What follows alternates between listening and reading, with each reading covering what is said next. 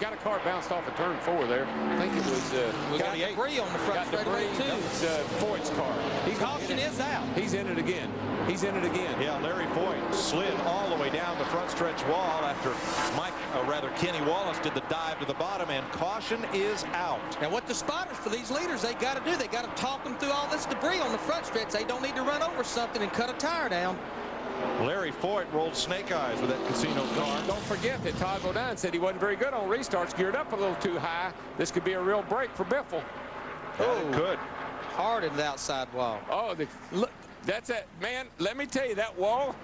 If I could do one thing, I'd move that wall back 5 feet. Everybody checked up. Damage to Tim Fita was 66. Let's watch from Kenny Wallace. That's Ashton Lewis just in front of Kenny. They were running into each other pretty hard there too. Nice save, Kenny. Okay, 8 laps to go. Larry Foyt's cars can clear the front stretch of debris, and we can hopefully finish this race under green. They're hooking up to Ashton Lewis's car and going to haul him off. He received the most damage other than Larry Foyt, whose car has already been cleared from the front stretch. Be right back.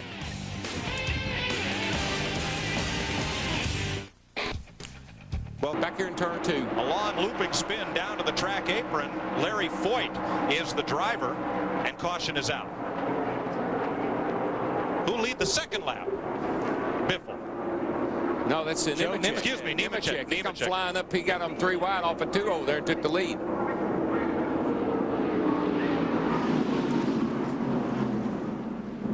So caution out at lap 2 for Larry Foyt's spin down in turn 2. I was looking over that way. I think he just spun the car out, and that's probably a product of some of that track conditions being a little different than what he had yesterday. Now you'll see Foyt come into the picture here. Yeah, he's pretty much all by his, I don't believe he got any contact from anybody. I believe he just lost the car. I said spin, Darrell, but did he actually spin it? Well, about a half a spin. It looks like he just lost it on his own right there. And you know, he's up in that second groove. We just had seen Kevin Harvick in the 2 car. Right now, that second groove, it don't have a lot of rubber in it. Maybe don't have the grip at the bottom of the racetrack has. Yeah, if you're just a little bit loose, you're going to spin out. Kenny Wallace. Oh, go to the bottom and stay. Kenny Wallace takes evasive action. We're under the first caution of the day. Here we go, trouble. Larry Foyt. And caution is out on lap 2. Larry Foyt coming off turn 4. Slid locked it up and thus minimized the impact with the inside wall. The way the cars were all bunched up, I'm sure he probably got a little boot from the rear. We'll have to take a look at it on the replay, but that's not uncommon on the start of these races here at Darlington. It's so crammed up and tight. Doesn't take much to turn you around. That's a lot of damage to that car. You'll have a hard time getting that repaired.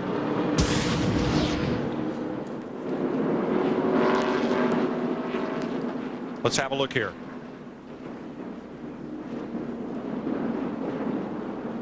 There's Sid get touched right there. Gets sideways coming off turn 4. Spins. Already spinning right there, headed for that inside wall. Heavy impact too, Larry. I mean, you're coming off that corner real hard, and this all down in here, all this down in here is just real dirty, real sandy. It's almost like hitting ice. You just pick up speed, as a matter of fact. Now look on the start at what happens up at the front row to our outside pole sitter. Boom. That's not uncommon. When you go in that corner underneath somebody, the guy on the outside normally is going to get in trouble because there's just not enough room for 2 cars to enter that corner side by side. Best thing you do is let that guy on the inside go. We're undercarded. About 9 cars in front of Larry Foyt, and as the field accordioned, he got turned around. Caution is out. Lap 179. When you have restarts, cautions like this, one right after another, I mean, you just can't get them spread out. And Mike McLaughlin in the 20 car, he's going to get his lap back here.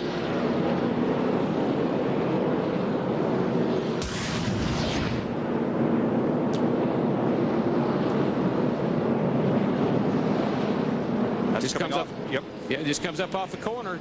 And a lot of the times, what you don't know is did he have to pedal out did he have to backpedal a little bit, come up off the throttle, then get hit in the rear end like that? An unlucky day for Larry Foyt. It puts us under the 11th caution of the day in the Cheez-It 250. Damn, this traffic jam. Time to get home, my supper. We got it hard into the wall.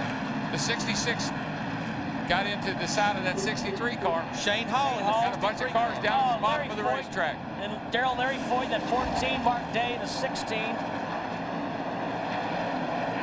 Some guys trying to get laps back. Chad Little, the 74. Mike McLaughlin.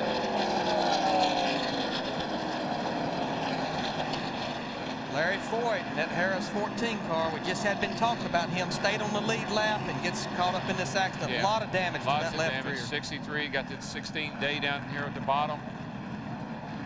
Shane Hall sitting there at the top of the racetrack. And I think when we look at this, we're gonna see that again, Fedewa was involved in this. Well, we know one thing. He was getting wild at the front. Oh, yeah. He was wild at the back. It was getting wild everywhere. This side-by-side racing on those restarts, you don't want to do it, but you have to. Take a look at the replay. There you are to see Shane Hall in the 63 turn around. Nowhere for Tim Fedewa in the 66 to go. We see Bobby Hamilton all the way on the bottom of the racetrack. Apron. Comes the 14 car down here at the bottom, and the 16 car got into him, so I'm sure that was a chain reaction, people slowing down. From the NBNA in-car camera. Boy, oh boy, where'd I go? Go down here where there's no cars yet. Exactly. But also no racetrack going through the grass. That was the safest place though at that point. Larry Foyt's going to bring that number 14 Chevrolet to pit road. Another rookie who raced in the ASA series last year. See the 14, 16, 63, the 66, and Larry's going to the garage. 66 got in under 63 going into turn down there and got in the side of him. That's what started all that. Working our 10th caution of the day. It came out on lap 172. This 3 more cars pile up. Parker, Lewis, Grubb, and Foyt piles in. Wow. That's exactly what happened. This front straightaway is just so treacherous. Both of them are. Once a car gets out of shape, it goes straight down into that boiler plate. Tim Fedewa in the 66. This is happening on the back stretch, on the other side of the racetrack from the wreck on the front stretch. Well, I saw him get real loose up off of 2 there on the first lap, and he came off of turn 4 here, slapped the outside retaining wall, and that's how these other cars all got involved. They tried to check up and couldn't. Larry, he probably damaged that car so much on the front stretch side that when he came off too, it just wouldn't turn and went around. Here's the aftermath. This straightaway looks wide, but when a car gets across it, it narrows up fast. And as we said at the top of the show, there are very few one-car accidents here. Fedewa back there off of turn 4, he gets into the outside retaining wall. These other guys are just checking up a little bit because of him slowing down, and they got into each other. Ooh, that's hard licks. Larry Foyt came in there with a really fast. From Hank Parker's camera. Oh, he got turned around. Nowhere to go. See how thick that inside wall is. It does not move. There's Larry Foyt with Steve Park inside. Foyt checks up. Park gets into the back of him and turns him around and sends him down into the accident, right into the side of Hank Park. Gets that wet grass down there and the car just picks up speed. Actually, has Ashton Lewis, 46. Here's Fedewa. And the initial problem. Back on that in a moment. Kevin Grubb walking away. Fedewa's car was really loose, Mike. Saw him off at 2 over there, and he got in trouble over there. Then he come around here and hit the outside wall. Kevin Grubb, who you heard hoped for a strong day here at Dover. Here again, there goes Fedewa. See how loose he was. Just up out of the groove and slides right into the fence. And of course, what brought all these other cars into it was them slowing down, checking up because of him hitting the fence there in front of them. Look at it. There's damage to the left rear of Fedewa, though. Guys, if you look, whenever he sees the car spinning around here as he comes through turn 2, after hitting the wall off of turn 4, as he hit the wall coming off of turn 4, he actually broke the track bar mount, which keeps the rear end underneath the car. And as it came off the wall, the car is actually just kind of dancing around and driving itself. If you watch right here, he comes into the wall, boom, right there. If you'll notice right to the back, the rear end is kind of running around. See it come out underneath the car on the left-hand side? The thing is actually steering itself in the rear, and he's trying to keep up with it. Look at the left rear corner of that car. I think maybe he got turned because that damage was there before he hit the wall. Jay Sauter in the 43 car was right behind him, very close to him as they came off turn 4 before he hit the wall. That possibly could have happened off of turn 2, and I looked up and saw him sideways over there. Then he come around here and hit the wall. Yep. But for Larry Foyt, it's a short day for Ashton Lewis. And what Jeff was talking about, this is a track bar. This hooks to the trailing arm on the left side.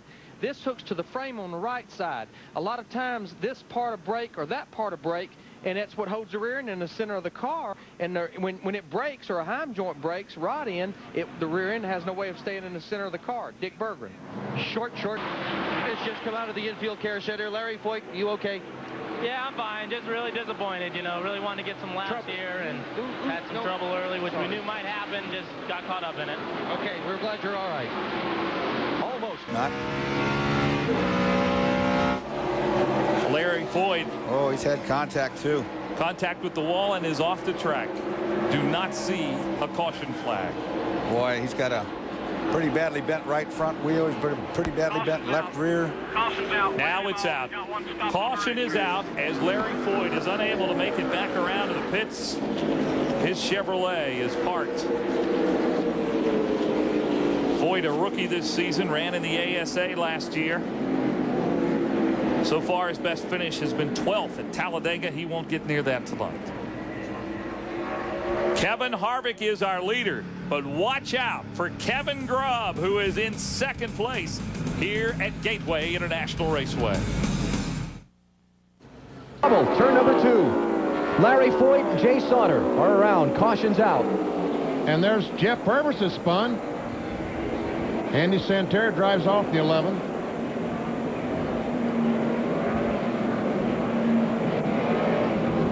Now the question is, will they come in for tires? You can bet Elton Sawyer's probably going to come in. 23 to go. These guys all have a lot of laps on their tires. Yeah, 23 cars on the lead lap, 23 laps to go. Wouldn't do it. We'll find out when we come back in a moment. Let's take a break here. You're watching. And more trouble, 1 and 2. Larry Foyt. And Michael Waltrip's in it also. And the caution flag is out. Foyt spun, Waltrip got into it.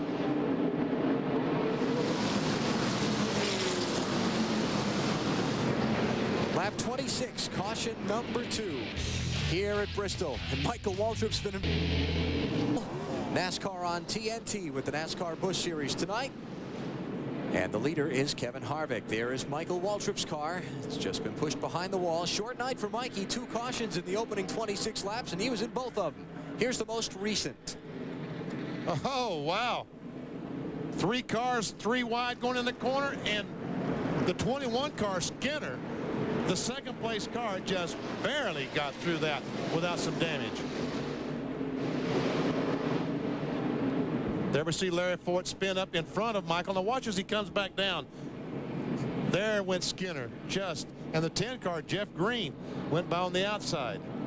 Is it the 28 car of Brad Baker that was trying to go 3 wide? Racing, and we have had a jam up under the caution flag. Steve Park and Larry Foyt. What in the world? I believe Foyt's a lap down because he made that penalty stop. I believe he was down to the inside trying to run up to the front on the double up on 1 to go. That's what they were doing, and I don't know what happened, but and I believe Park was trying to scrub his tires. Yeah. He zigged and Park zagged, and ouch. This is unbelievable. Some tore up race cars for a yellow. Watch the top of your screen. You're going to see the purple car come into the picture. There's Foyt trying to get his way up to the front of the pack. Oh, Park got hit. Oh, man. Who's the yellow car behind Park? Bad timing.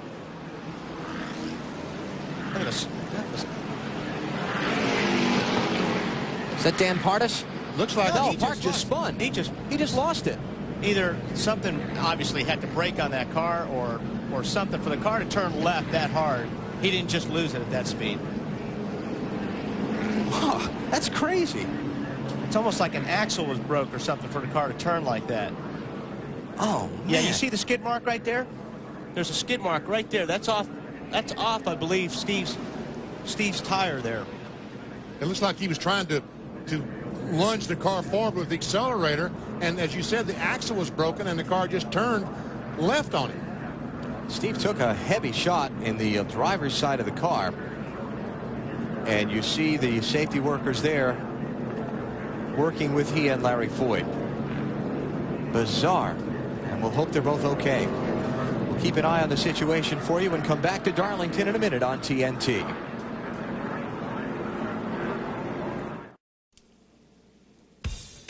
The South Carolina 200, presented by Applebee's on TNT, is brought to you by Applebee's Neighborhood Grill and Bar. Eating good in the neighborhood, Applebee's. And by the Cat Rental Store, where you can rent cat equipment and a whole lot more. Under caution, in the South Carolina 200, we were set to go back to the green from rain when a bizarre accident happened off of turn number 2. Larry Foyt was trying to get up to the front of the pack because he's a lap down and was going to restart to the inside of the leader, and Steve Park's car just mysteriously hung a left right in Foyt's path. Yeah, watch the right rear of Steve Park's car. You'll see the skid marks there, right there, that black rubber. That's coming off the right rear. That almost looks like a left rear axle broke, and the right rear is driving the car down the racetrack. I don't know if that's what happens, but that's sure looks like that could be a possibility. And Park got hit very hard on the driver's side of the machine. Yeah, Larry had nowhere to go. I mean, he just, boom, the car was in front of him.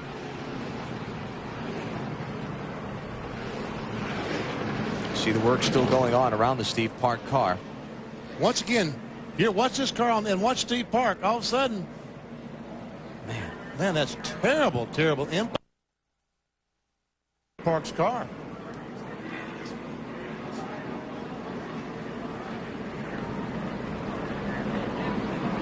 Dave Burns. Alan, they're still all waiting in Steve Park's pits as to, you know, what we can show them on screen or tell them. So they've been watching the replays, but the crew did tell me that they didn't have radio communication with Steve after the wreck. They did beforehand, and of course the radios are carried up there on the driver's side door. So that probably was, you know, heard in the impact, but they have not heard Steve radio anything to them since the impact.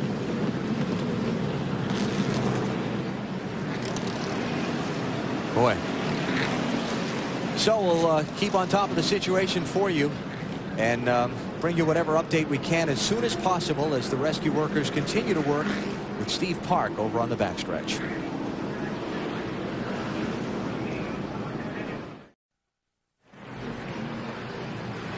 Back at Darlington Raceway, 24 laps into the South Carolina 200 presented by Applebee's under the yellow flag. We had not yet gone back racing from the rain when bizarre accident happened off of turn 2. Steve Park's car just hung a left, possibly for mechanical failure reasons, we don't know, right in the path of Larry Foyt's car, who was trying to double up in the inside lane on the restart. Foyt clobbered Park on the driver's side of his machine, and you see the scene there as the safety workers continue to work with Steve and work to remove him from his car. They have cut the top from the machine.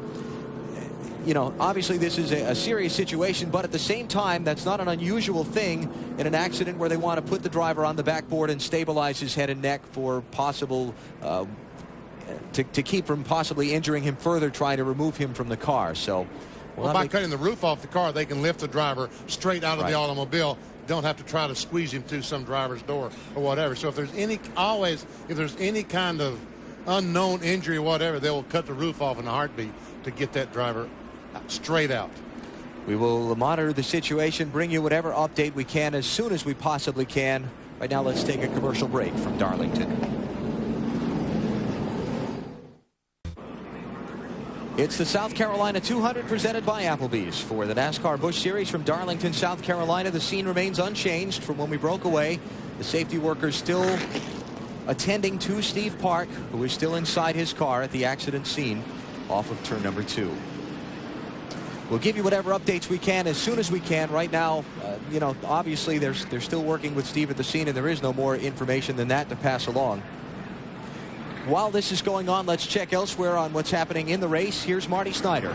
Well, and obviously our focus is what's going on the backstretch, but let's try to straighten up this situation with the tires for Elton Sawyer and Greg Biffle. Remember, they both had a flat tire, and they came in. Here is the cut on Elton Sawyer's tire, and his team did get a replacement for that tire. The reason they got a replacement is because when they came down pit road, they changed only that tire. They put on the left rear tire they qualified with, and that's what Elton is on right now. Now, Greg Biffle's team, when they came down pit road, changed 4 tires. So that means they do not get a replacement for the tire that was flat on Greg Biffle's car. He now only has 2 sets of tires to finish the race with. But these laps are clicking down. They run another 10 or 15 laps under yellow. He's going to come in top off with gas, and he's going to have a pretty good set of tires on his car. That might play out to his advantage. And Biffle now running in 28th position, Elton Sawyer in 27th. Here's Biffle riding around under caution. I just can't get away from how bizarre that whole scene was. The timing couldn't have been any worse for either one of those guys for that to happen exactly the way it did. Yeah, if Larry Foyt did climb from his car and has gone to the care center for the mandatory checkup, and we hope to get a report on him very shortly. Back to Darlington in just a minute.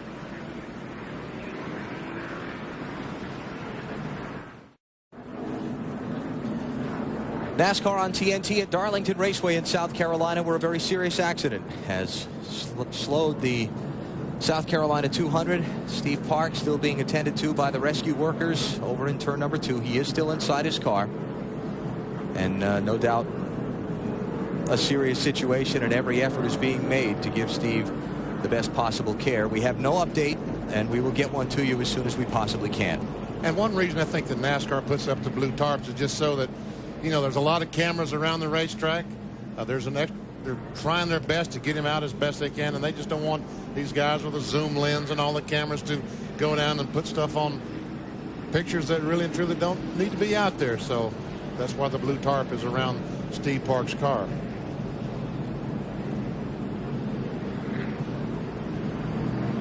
But you're right, it was the most bizarre wreck that I've seen in a long, long time. Dave Burns is over at the infield care center and is there to get whatever update can be gotten for us as soon as possible. We have no further information at this time, but as soon as that is made available to us, Dave will report it and we'll bring it to you as fast as possible. Right now, our thoughts are with Steve and hoping this turns out okay. We'll take a break.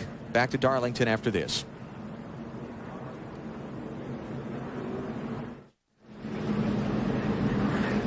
Steve Park has been removed from his car and is being taken to the helicopter for the trip to the local medical center.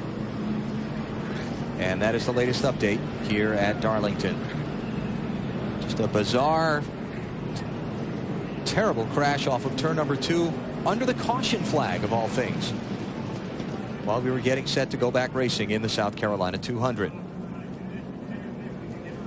While we watch what's happening with Steve, let's get an update on the other driver involved in the crash. It was Larry Foyt, and Liz has that for us. Liz?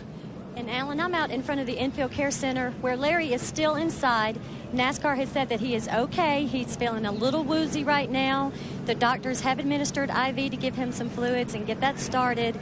But the good word is he's okay. Again, just a little woozy, just need a little time to get his feet back on the ground. And we will keep you posted as things change here. Alan. All right, Liz, thanks. So that's good news on Larry. A very hard crash for him as well. And we're glad that he's doing okay. So Steve Park out of his car and headed to the helicopter for a trip to the local hospital, and we'll continue to monitor and give you whatever updates we can as quickly as possible. We'll come back in a minute.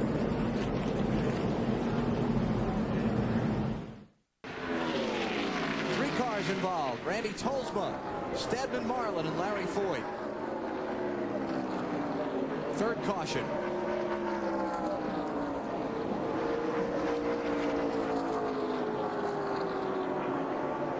And the leaders come up on the accident scene and begin to slow down. Not a good day for Sterling's boy. No, it hasn't been. He was just a victim there. A car had spun in front of him, and he tried to go to the outside because these banks are supposed to clean it. Did you ever see that 25 car of Randy Tolsma? And Spencer come across his nose? I don't know. No. Tolsma looked like he was down on the apron a little bit and started to lose it before Spencer got too far up on him, but it's hard to tell. It looked like you. You know, I think Chad Little also spun out. He was going sideways the last time I saw him. Let's watch the 25 card. Let's see if he gets down on the apron and loses it then, or he loses it beforehand. Not really on the apron. Yeah. I think he just tried to turn away from Jimmy Spencer. Could have been. That was a good shot there. And we see that there's definitely contact. There's a 74 car. Did he spin? Yeah. Yes, he did. I don't know if anyone hit him after he spun. I think the 25 car is just trying to turn away from the one to avoid hitting him in the left rear quarter panel and spinning him. And I think when he did that, he probably also jumped off the accelerator or stood on the brakes and it spun the 25 car around.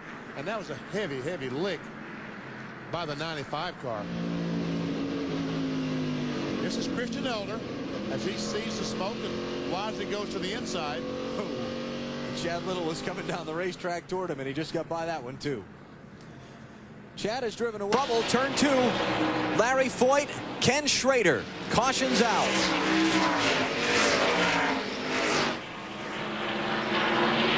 Second caution of the race. That would be a new record. Most cautions in a Busch Series race at Phoenix. How in the world did he get the hood beat up like that? Kenny Wallace is going to get by Hank Parker Jr. Kevin LePage is going to get by Hank Parker Jr. Coming back to the caution. Michael Waltrip will not. That'll put 18 cars on the lead lap.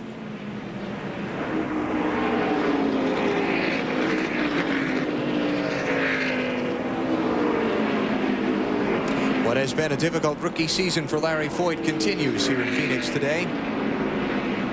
Pretty heavy damage. And you can see they're taking the car directed to the garage area, not leading on pit road. It's going to be the 9th race this season that Foyt will fail to finish. And there's Ken Schrader's car sitting on the track. See Schrader trying to get out. Come on, Kenny. Boy, he's taken a good hit there, too. He has. Yeah, I saw a little fire on the hood of the car. There, Schrader comes out. They just don't make those window openers nearly as big as they used to. What had been Schrader? Let's see. You ever see Schrader coming off the wall? Right in front of Larry. Right in front of Larry. And there's the fire that I looked up and saw. He knocked the fuel pump off on that car. One car got into the wall, Larry slowed Foyt, dramatically, yes, car. and got pile-driven by a car coming fast on the outside. Yeah, he's Brian Vickers in the 40 car. He's still going fast.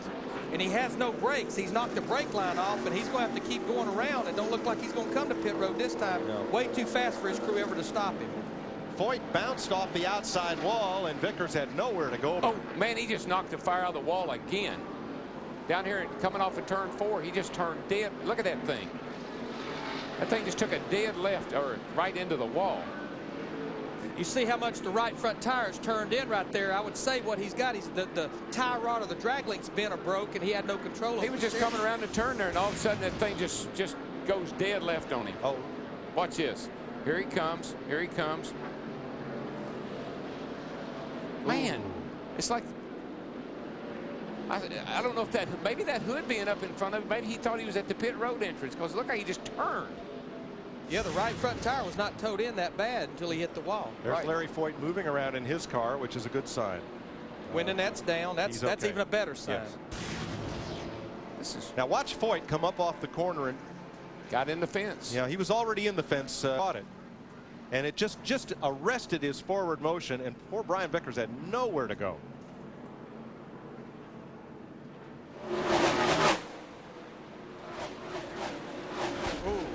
Straight out of racetrack.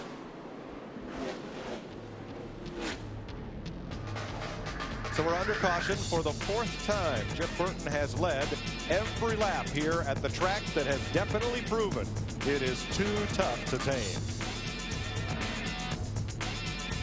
LaJoy. Jeff Green, Jeff. Mike, we caught up with Larry Foyt. Larry, a lot of damage to the car. Are you okay? And what happened? Yeah, I'm okay. We took a pretty good lick there. Unfortunately, we had to change a motor in the Harris car yesterday. We had engine trouble, and we had to start in the back. We were just really hustling to get up through. And darn our luck here. We got a flat tire early, had to pit under green, put us down 2 laps, and then I felt something break in the front end through 1 and 2, and I tried to bring it down, and it just went straight, and it was a pretty good hit. So it was a shame. We'll be back in Bristol. Glad you're okay. We'll see you next week. Set up in every corner, chassis-wise here. Larry Foyt in the 14, off the pace. Caution is out on lap 10 for the 2nd time today. Looks like Larry must have a right front tire down or something. He's rolling around there real slow, trying to get to pit road. He's already passed the entrance to pit road. And he'll probably do the voodoo here, and that's cut across the grass. Looks like he had a little help by Ricky Hendrick there, and looks like it was going to be serious, but it ended up to be not too bad after all. Got it slowed down before he got into the wall. Still damage to the right side of that 14 of Larry Foyt. Replay seemed to indicate that Ricky Hendrick gave him a little bit of help. Under caution for the 2nd time today. 10 laps, 11 laps. Strategy. It appears that there's a good possibility they were doing something chassis setup-wise. You see Larry Foyt must have had some damage from that wreck right now, going behind into the garage area. I'm sure they'll make repairs and get themselves. Yeah. Steve, Darrell. Oh, cars in the wall. Car in the wall. Couple of cars. That's Jack Sprague. Oh, man. The points leader, Jack Sprague. Larry Foyt hits the wall. He come out of the grass. Bobby Hamilton Jr.'s involved. Many. Ashton Lewis. The 46, Ashton Lewis Jr.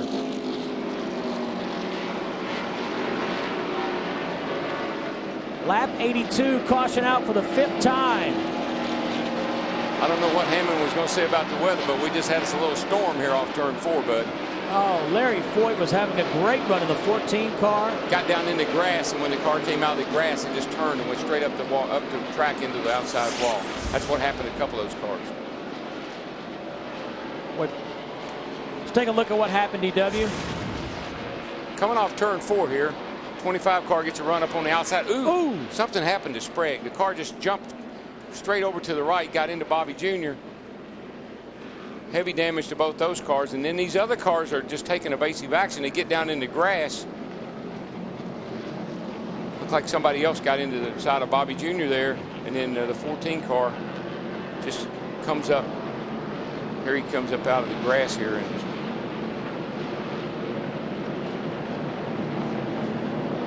Ashton Lewis just spun around. Yeah, once he got traction on the pavement. I think his car's okay. Boy, Larry Foyt, tough luck. Trouble for our points leader, Jack Sprague. Bobby Hamilton Jr. also involved. Just got sucked into somebody else's bad luck. That 24 car was down underneath. 25 got outside. I believe he must have sucked that 24 car around just a tad. Then he got up into the side of Bobby Jr. and then we had us a little storm down there in turn 4. Caution flag is out. Larry Foyt's the other car involved. This is definitely not what Biffle and Keller wanted to see for sure. They wanted to see this thing go to where the fresh tires could come in and really get going and keep a lot of heat in Scott Riggs' car. Well, Biffle got to 4th. Keller's at 6th. Yeah, Keller did not clear Tony Raines before the yellow came out. Both cars involved in the accident have driven away. Should not be a long caution.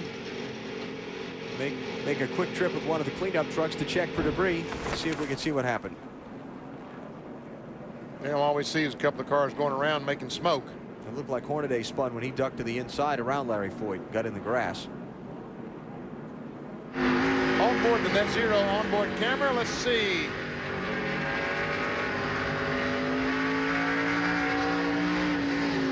Wow. What'd you see there, Tony? Looked like the 26 just got in the left rear of the 14 from that view. Got them both sideways and drove them both to the bottom of the racetrack down the backstretch. We definitely have some damage to that right front fender, but I don't know many cars this race here tonight that don't have damage. But yeah, I said there were 172 clean fenders at the start of the night. How many do you think don't have a mark on them now? About 12? Maybe. Maybe, yeah. Look at it. There's Kevin LePage's car. Do you actually count that as a fender or no fender now? No fender. That's no fender. So That's a damaged fender because it's sitting in a scrap heap in the infield somewhere. does it have to be present to be accounted for, though? It is present still. Where? It's in the jump pile in the infield. It looks like a NASCAR modified right now. It does. No, NASCAR modified's prettier than that. We got a car in trouble. Turn 2, Larry Foyt. Caution's out. And careful, Larry. Don't be... That looks like the 77 car in the NASCAR Winston Cup practice today. Yeah, Dave Blaney's car.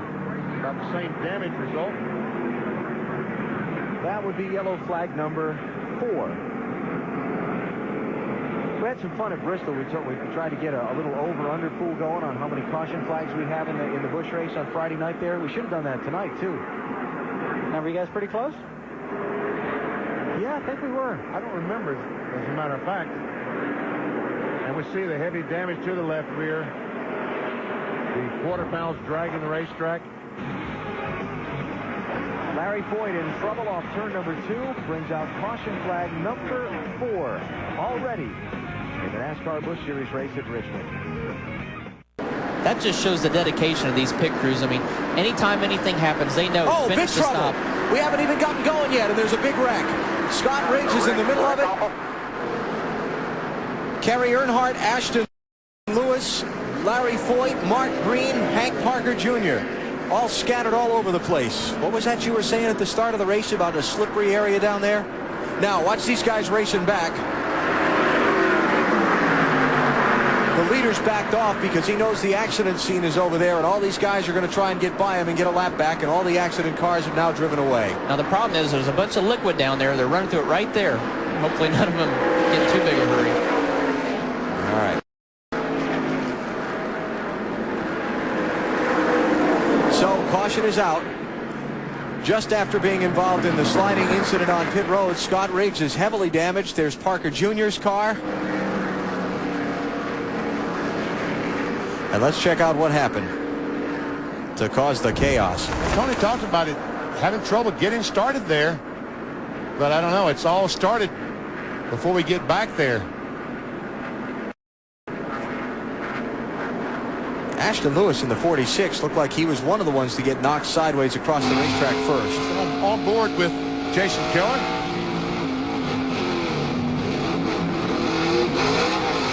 He gets knocked sideways by the car directly in front of Jason Keller.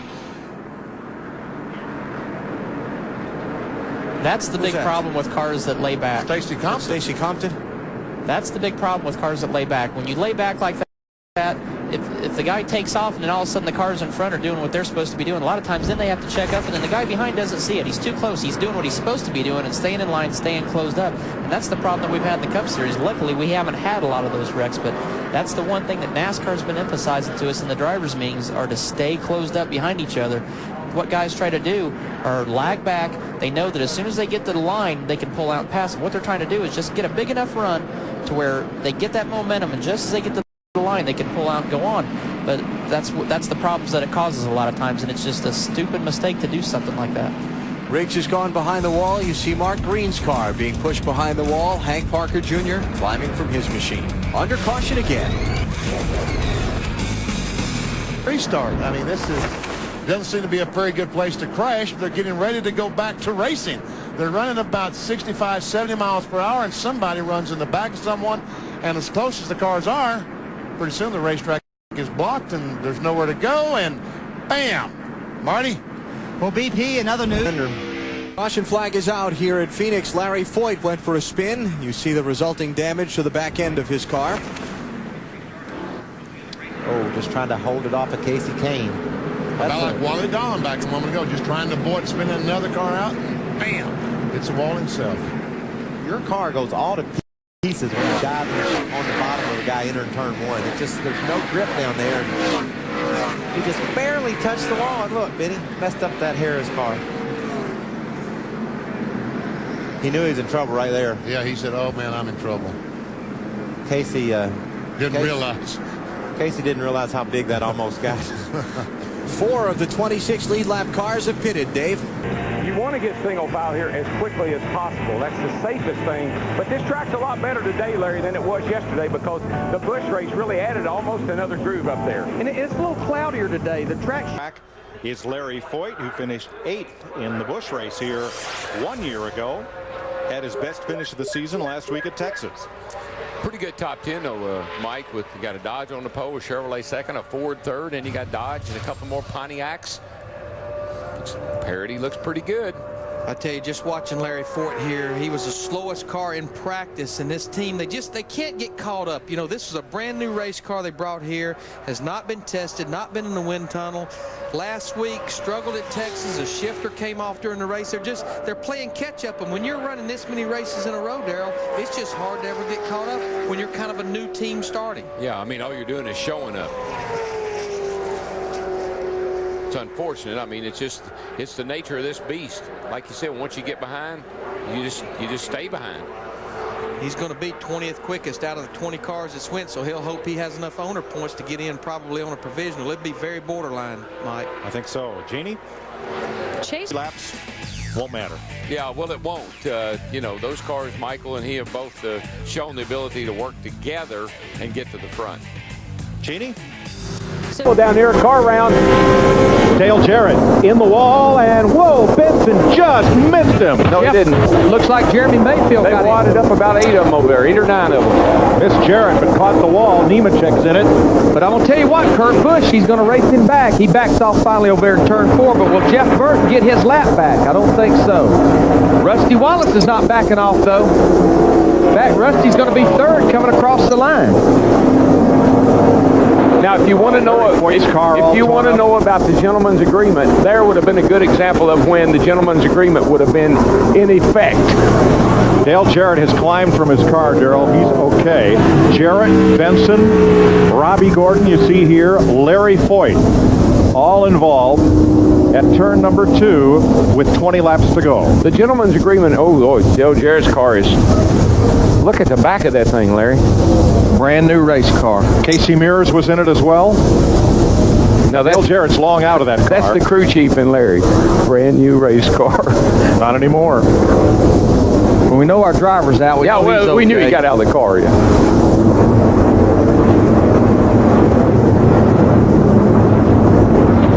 We have about 18 cars on the lead lap. Once again, I think the guys at the rear of the field will probably come into pit road. What happens here, Darrell? I just think the 88 gets around. Yeah, he does. He just gets around, backs it up in the fence hard, a lot of smoke, and all of a sudden he starts down the racetrack and he has no control. Benson spins and backs up in the fence, and a bunch of other cars in are all trying to check up, and they get involved as well. Jeremy Mayfield, a 19 car. That's what hit the back of Jarrett's car so hard, was Mayfield. Nemechek spun, but I'm not sure he hit anything. Here comes the 32. He got through all right. Now here will come Mayfield. Boy, Todd Bodine just gets by. Wham! Right there. And he did hit that car hard. Yeah, that's 2 cars for them this weekend. The 10 car. There's Benson sliding through. Oh, yeah, that's a big hit. It is. Here's the 31 down here going around. A lot of cars involved. A lot of left side damage. I never did see Larry Foyt, but I know the front of his car is all torn up. Here we go, Dale Jarrett.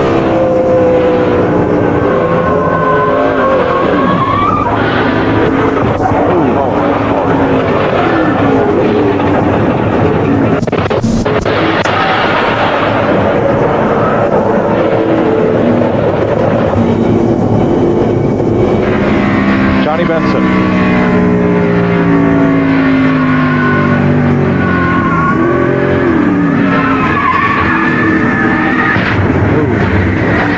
Both those were hard misses, sure. Robbie Gordon.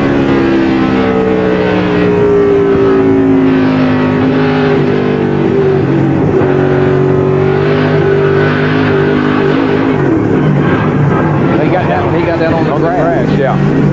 Trying to avoid Ricky Rush. Right. I don't think he ever hit anything. Dale Jarrett trying to get out with the... He's a big guy too, Mike, and it's difficult then to get out of that car the way these seats are made today. But you saw him, he got out there in a hurry when he knew it was on fire. As we have a caution flag, those pit stops for Mark Martin were because he had a bulky steering, and they had the hood up twice, worked on the steering, and they got it fixed. Johnny Benson got turned around down the front straightaway, and that has put us under caution for the 6th time tonight. Larry Foyt damaged to the right side in that one.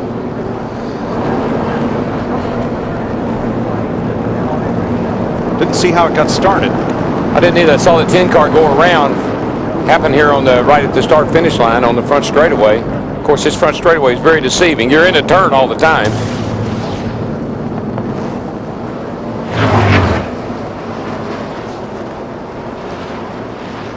Larry Foyt and the 14 car got together with Brett Bodine and the 11 car that was going off into turn 1 on the front stretch. And I'm sorry, it was Larry Foyt who spun around. We were informed it was Johnny Benson. Benson was not involved.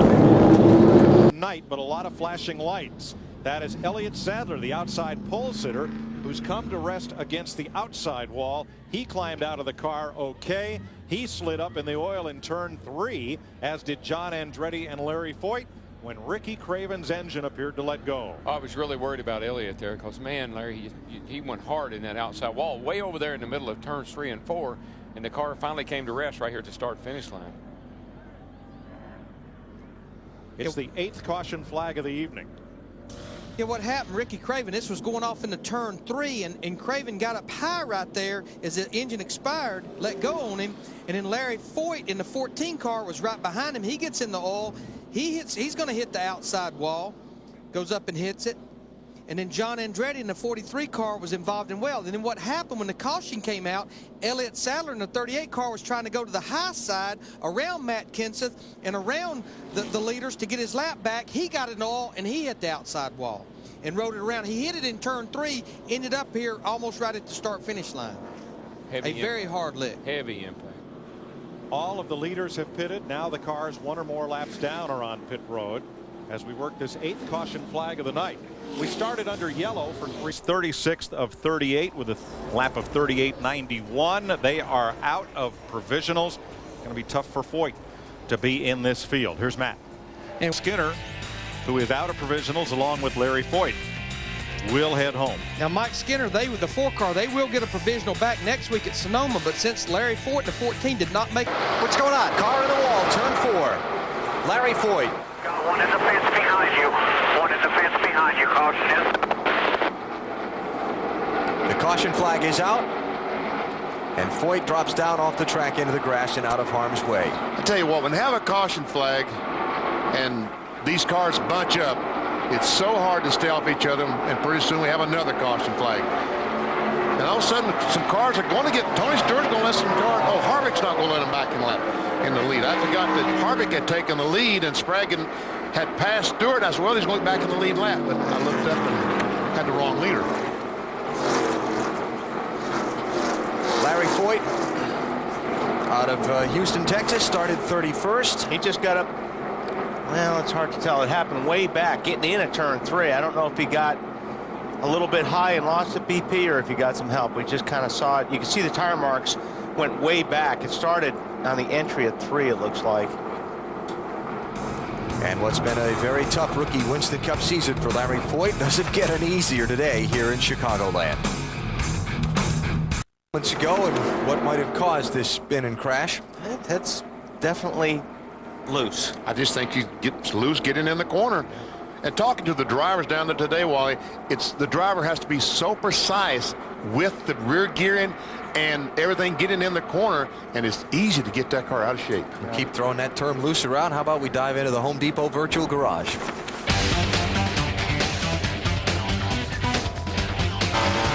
Here we go.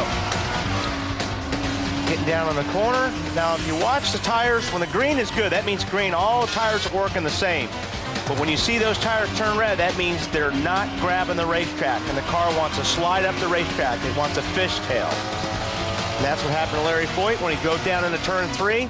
Those tires lost grip, And when you're losing grip, getting into the corner as well as turning the wheels down to the left. Center, how are you? I'm okay. I hate it for Harris. You know, we had a lot of people here today and had a good car qualifying and blew up yesterday. Had to change a motor, so I kept telling them I was loose, and that's about the 4th time I wrecked. I just saved it the other times, and that time I just couldn't save it. Sometimes that'll happen, guys, and unfortunately the 4th one bit him. Until the engine blew up. He was a rocket ship for a while. Drivers moving back, and those who failed to qualify. 4 drivers unable to even take a shot at qualifying when the time trials were rained out here on Friday. And Carfax. Buying a used car? Get a Carfax vehicle history report, ask your dealer, or go to Carfax.com. Whoa, hang on. Boy, you saw that coming. Larry Foyt in trouble.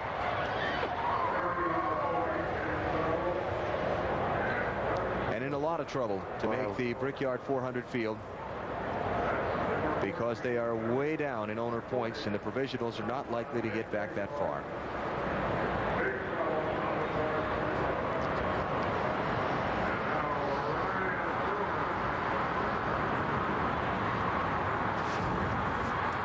What happened? He was way low on the apron right there. That may have got the car out of shape. He had that little bit of a wiggle and just never could quite catch up with it. Another angle. There's that little wiggle, and he has to try to lead the car up to the racetrack to catch the back end, but unfortunately, before he caught the back end, the wall was there. That was the beginning of Larry's second lap. His first lap. That's a sickening sound. And that's usually the deal here. Usually you're loose on the second lap here. Tires start losing some grip. Yeah, I mean, you could feel it, like I said, coming off of turn 2.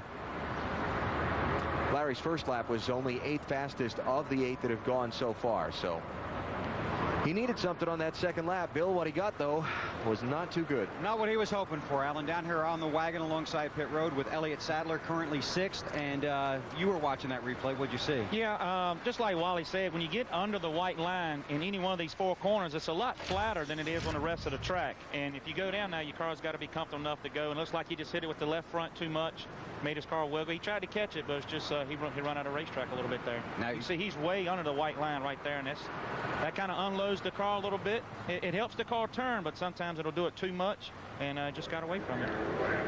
Let's check in with Marty Snyder. He's standing by with Kurt Busch. Mark Martin 4th, Ricky Rudd 5th. Ooh. Oh, 3 wide. Oh, Larry Foyt bumped by Jeff Green. Here we go. Course, the 3 wide just doesn't work. No, we got another car spinning in the back. Joe Nemechek. And he gets hit by... that was Bill Elliott. And Elliott got hit by someone. Now watch Robbie Gordon. Robbie Gordon trying to get it back, but I don't think Jeff Gordon is going to give it to him back. Do you think? So there we go.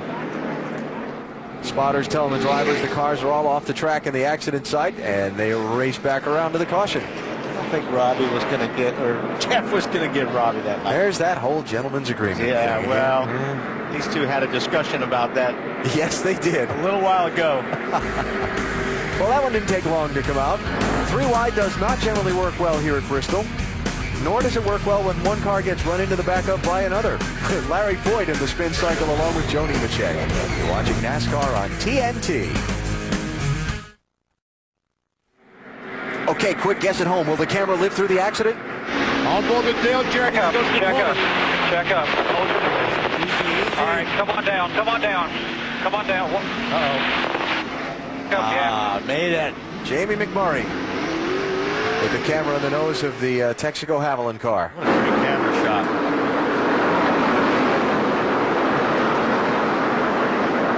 Oh, and Dave Blaney just squeezed. A little bit more time, but we just tried a couple things for qualifying here. We'll see how it goes. 27th fastest in practice this morning, the #1 car with new driver John Andretti. Here's Larry Foyt, looking to make his second NASCAR Winston Cup start here in Richmond. He took a provisional, got in 42nd in the May race. Best qualifying this season, 14th at Michigan. That first lap is not going to get it done, but he's 37th on that first lap. Can he pick it up on this lap? He's off by 4/10 on that first lap. Gotta go. Definitely got to go. Larry unable to get into the Southern 500 last Sunday at Darlington. And let's see, lap 2 was 4/10 faster, but still 37th out of 37 for Larry Foyt. Back to Richmond after this. Drivers that will not make the Chevy Rock and Roll 400, Larry Foyt and Billy Bigley will not be in tomorrow night's race. Field to Christian Fittipaldi. That's it for Bud Pole qualifying. We'll see you Sunday at 12:30 here on TNT. Jeremy Mayfield is involved. Yep. Is that Tony Raines? Yeah, it's Raines in the white car. First caution's out. Lap 10.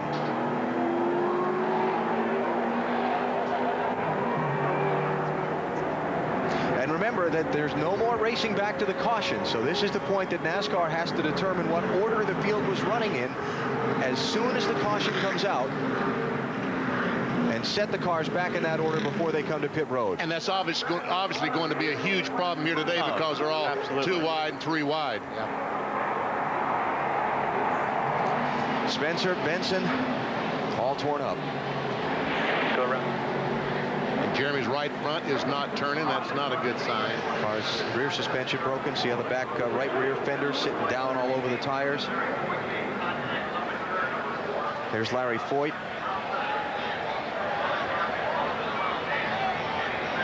And again, when I talk about these drivers being so concerned about this, it's not only the danger of getting hurt, it's the fear of failure. Let's see what happens here. Oh, so somebody just started to come around, like maybe had a flat tire. Was that Mayfield? That is the left rear tire. We see the tire rolling down the racetrack. That is Jeremy's car.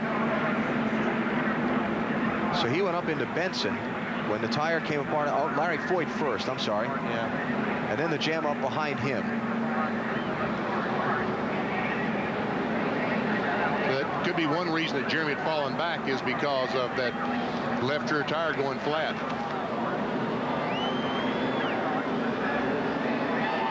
Don't get any one-car crashes here at Talladega, not very often anyway. 6 of them there.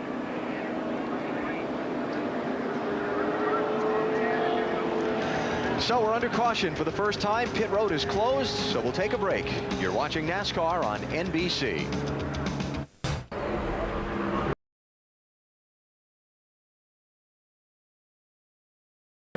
You can follow this weekend's racing action live online with NASCAR.com's Track Pass for a free trial. And more information, visit NASCAR.com. Larry Foyt in the Harris Dodge. Now this is another of the 4 cars that are out of provisionals and kind of on the go or go home list. Now only 2 cars will go home, but for Foyt, who is driving with a cracked wrist from Talladega, he's got to try to get in the top 36 here. I talked to Larry last night. Jeff and I both did. And he said, I'm telling you guys, that's the hardest lick I believe I've ever taken in my life. And he wasn't sure how he was going to feel in this race car. He was 39th quickest in practice. Right now, he's going to be 28th quickest out of 31 cars. But just to be safe, he's going to have veteran Busch driver Mark Green standing by for him. A couple weeks ago, this team decided with a handful of races to go, we need to try to fix some of our problems. Not even knowing what the problems were, they somewhat had a house cleaning. In fact, for the next couple of weeks, they've taken Greg Connor from the Craftsman Trucks Series, Robert Presley's crew chief, and they're going to let him work with Larry a couple of weeks as the crew chief to see if that can make a difference. Picked it up a little bit on that second lap right there, which may help his cause him just a little bit. Winds up being 27th fastest. You and Jeff spent some time at Harris last night. How'd you do? Well, we signed about 10,000 autographs, I think, but that's as far as I went was the autograph session. Here's Dave. Who goes home? Johnny Sauter and Larry Foyt, because of the 3 drivers who didn't make the top 36, they are the lowest in attempts and then owner point. And another tight points race. 2 races to go. Quite a dogfight between about 4 drivers over there. Larry Foyt is back behind the wheel of AJ's number 14, the Harris Dodge. There you see it right there, bottoming out in turn 1. That's the big fear crew chief has when you go to qualify in a car you know is going to be quicker, especially driving off in the corner. Put that little extra tape on there. The driver tries this a little bit harder, especially with this cooler weather. The engine's probably purring a little bit stronger, pulling more horsepower. You bottom out when you go off of that corner. Now going into 3, he dipped the left front tire down onto the flat a bit. What does that do for the race car, Jeff? A lot of times that de-wedges the car, and you got to be real careful right there when you do that. It can upset you quite a bit. Again, we see a lot of sparks out beneath that race car. That can't be very settling for the driver. Well, yeah, we've talked about it before. Even if it don't upset the race car at over 190 miles per hour, it upsets the driver. It breaks their concentration, and we talk about focus. Whenever they hear that thing bottoming out, they know something's wrong, and they're missing their marks. And he's only 4th out of 4 cars that's qualified on his first lap. This car's missed the last 2 shows, and he was only 46 quickest in practice, so he's going to be very borderline, Mike. 49 cars are here for Bud Pole qualifying, so 6 will go home, Dave. Second one to take the track. We hit you with a going home list, 6 of them who failed to qualify. There were 50 cars entered.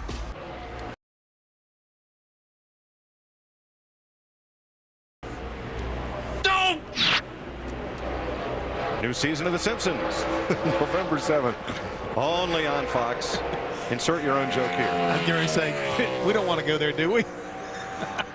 Larry Foyt has a 1 Nextel Cup start here at Lowe's Motor Speedway, trying to qualify for his 24th Cup race, the 27-year-old, in a second BAM racing entry. And here's Dave. With Ricky Rudd right now. His first top 5 of the year last week, a hard charge in second. You still riding that a little bit this week? Give you some momentum here in Charlotte? Well, we've sort of been riding it for about 4 or 5 weeks now. You know, the team is coming together. We're running better on the racetrack, and anytime you run better on the racetrack, you always have a little fun and enjoy coming to next weekend's race. But, you know, last week was last week, but just couldn't say enough about how proud I am of all our guys, the job they did. Today, Ricky, your car, how was it for qualifying? Well, we were 17th, 18th in qualifying, pre-qualifying trim, and I think we're okay. I mean, I don't think we had nothing for Ryan Newman. It's pretty impressive, but, you know, I really don't know. We could end up 5th or we could end up 25th. I'm not really sure, somewhere in between. Okay, in your heart of hearts, what do you think? Well, I'm going to go for 12th. I'm going to take 12th, see what that ends up. Middle of the line there, guys. Keep an eye on it. Okay. Larry Foyt, 30.38. Going to have a hard time making the field.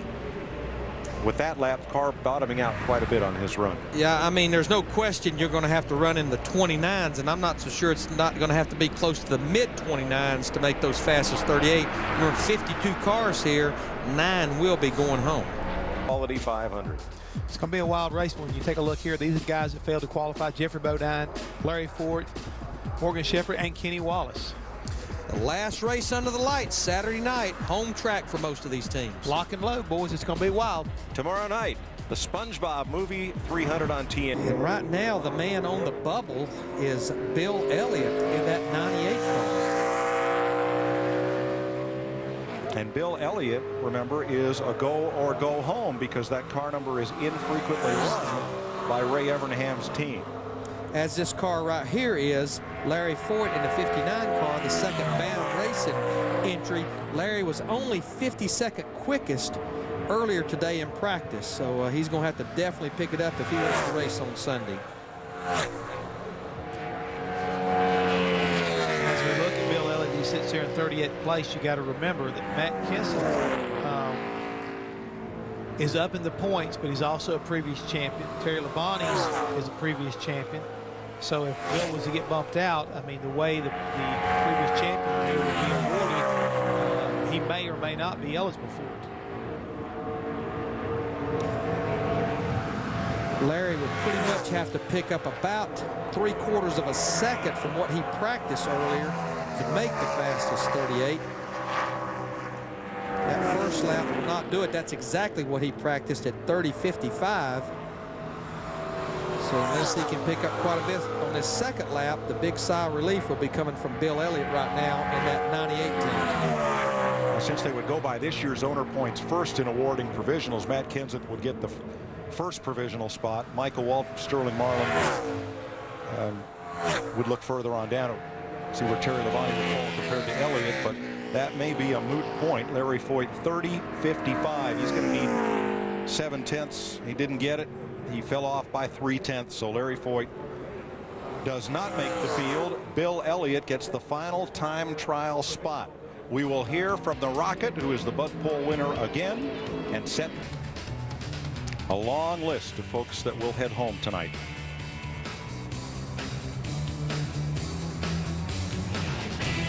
It's been a most difficult week for the NASCAR family, and here at Atlanta, a difficult day.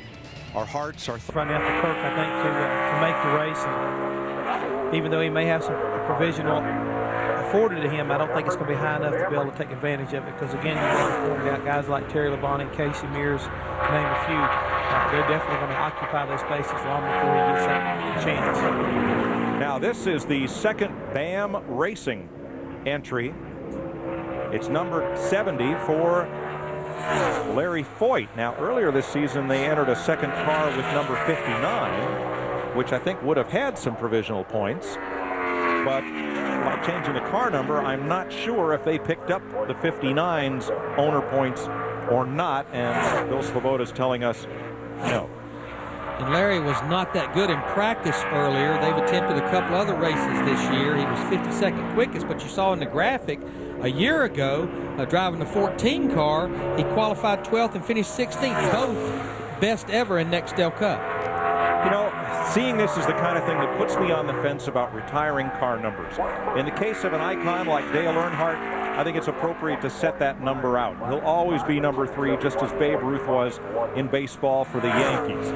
And that number's not retired. It's issued to Richard Childress and put on hold. But it's kind of neat to see a race car out here with number 70. And think of longtime NASCAR independent campaigner J.D. McDuffie, who ran that number with success for many, many years. Kind of nice to be reminded. Yeah, it really is. And for Larry, he's making a pretty good effort there, guys. He picked up a couple tenths of what he practiced at earlier. Let's see what he can do on his second lap. Slowed down, actually. So he's going to be another one of those drivers. He's going to need a little bit of help if he plans on racing on Sunday. Some talk of BAM Racing running 3 Nextel Cup teams next year.